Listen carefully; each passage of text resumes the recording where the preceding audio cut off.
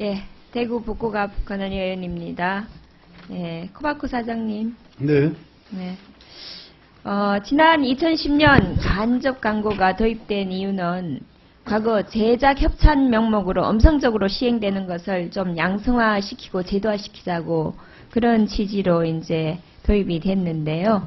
맞습니까? 사장님 그렇습니다. 여기 대해서 네. 알고 계세요? 의원님 말씀대로 그렇게 네. 취지로 간접 그런데 광고를. 이제 예, 3년간 매출을 좀 살펴봤습니다. 2011년에 174억이고요.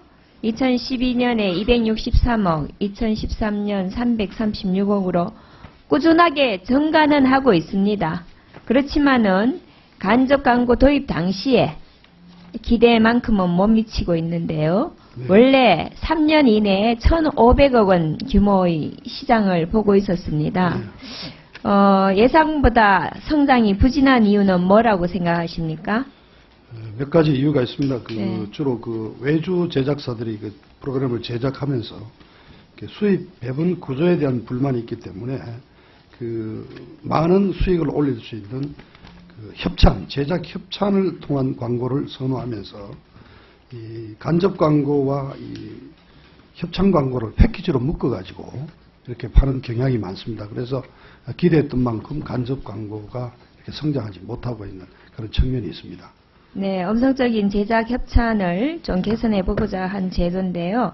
근데 이제 산업적인 측면에서 아직 큰 효과를 보지 못하고 있는 것에 비해서 방송의 공공성이나 시청자의 볼 권리를 지나치게 훼손하고 있다는 지적이 있는데 여기에 대해서는 어떻게 생각을 하십니까? 네, 의원님 지적하신 그 지점에 저도 동감으로 생각하고 있습니다. 간접 광고로 이렇게 협찬도 전환을 해야지 이 방송 광고 거래에 있어서 이 투명성이 확보될 수 있다고 생각합니다. 예, 조금 전에 이제 간접 광고하고 제작 협찬의 문제점을 말씀을 해주셨는데요. 그렇기 때문에 본 의원도 제작 협찬에 대한 규제 강화가 좀 필요하다. 그리고 간접 광고와 마찬가지로 제작 협찬 또한 미디어 랩을 통해서 판매하고 그렇게 해서 시청자 불만을 감소시킬 필요가 있다고 생각하는데 사장님은 어떻게 생각하십니까? 네, 의원님 주장에 전적으로 동의하고 있습니다. 네. 그리고 조금 전에 이제 외주 제작사 말씀하셨는데요. 외주 제작사의 간접 광고 판매 허용에 대해서 좀 질의하겠습니다. 본 위원은 방송 콘텐츠 산업 발전을 위해서 외주 제작사와 방송 사업자가 상호 발전할 수 있는 구조를 가지고 가야 된다고 생각합니다. 이를 위한 방안의 하나로 외주 제작사의 간접 광고 판매를 허용하는 것에 대해서 18대 때부터 논의가 많았던 걸로 알고 있는데요. 물론 외주 제작사가 직접 간접 광고 판매할 경우에는 여러 가지 부작용도 좀 초래가 될 수 있습니다만은 외주 제작사가 상당히 어렵잖아요. 그렇습니다. 예. 그래서 이런 상황을 좀 감안해서 부족한 제작비 충당에 좀 도움이 될 거라고 생각을 합니다. 웬만하면 외주 제작사가 간접 광고를 할 수 있도록 허용해 주는 것이 어떤가 하는 생각입니다. 사장님 어떻게 생각하십니까? 네, 이 문제에 대해서는 몇 년 동안 많은 논의가 있었던 것으로 알고 있습니다. 물론 저희들 입장에서 코바코 입장만 말씀드린다면은 저희들이 판매해야 된다고 생각을 합니다만은 외주 제작소와 어떤 방송 사업자 간의 상생 구조라는 측면에서 충분히 검토해 볼 제안이라고 생각하고요. 다만 외주 제작사가 판매를 하더라도 직접 하지 않고 반드시 미디어 랩을 통해서 판매하도록 한다면은 일종의 조그마한 나름대로의 안전장치가 마련될 수 있지 않을까 하는 점에서 긍정적으로 검토해 볼 가치가 있다고 생각합니다. 네, 적극적으로 검토해 주시기 바랍니다. 네. 박문진 이사장님께 질문 드리겠습니다. 이사장님, 박문진의 설립 목적은 무엇입니까? MBC 관리 감독 및 방송 문화의 창달, 진흥 이런 거죠. 크게 보면. 네, MBC를 관리 감독하고 방송 문화와 진흥, 그리고 문화의 진흥, 공공복지 향상에 이바지하는 것입니다. 그러면 이 두 가지를 균형 있게 하는 것이 맞다고 생각하는데요. 박문진에서는 MBC 경영 전반에 대해서 좀 관심을 많이 기울여야 되는데 당연합니다. 실제 2013년 예산 편성을 보면은 방송문화진흥사업에 상대적으로 많은 예산을 투입을 하고 있습니다. 지금 보니까 MBC 정책 현안에 대한 정책 개발 위한 예산은 10억이 안 되고요. 나머지 한 32억이 방송문화진흥사업으로 투입이 되는데 여기에 대해서는 이사장님 어떻게 생각을 하고 계십니까?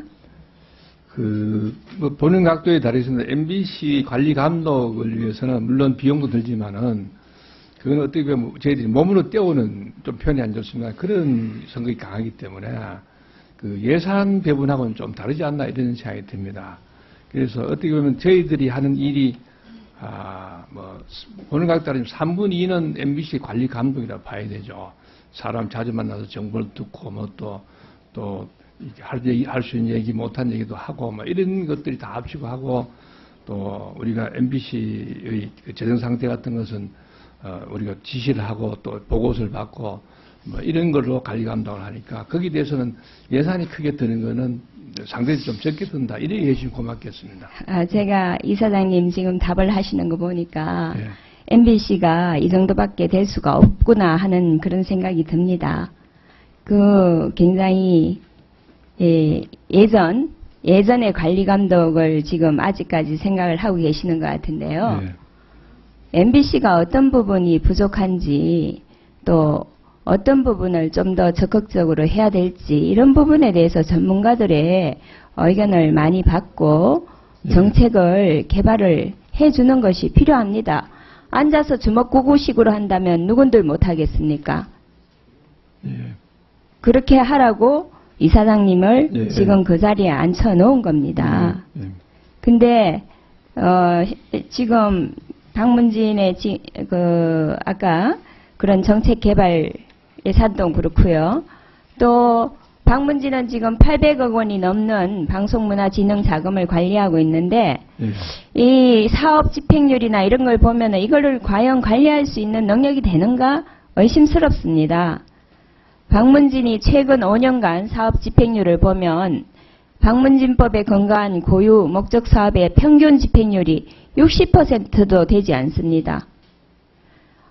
어느 특정 년에 사업 집행률이 낮다는 것은 이해가 됩니다만은 최근 5년간 사업 집행률이 전혀 개선이 안 되었다는 것은 박문진의 문제가 상당히 심각한 것입니다.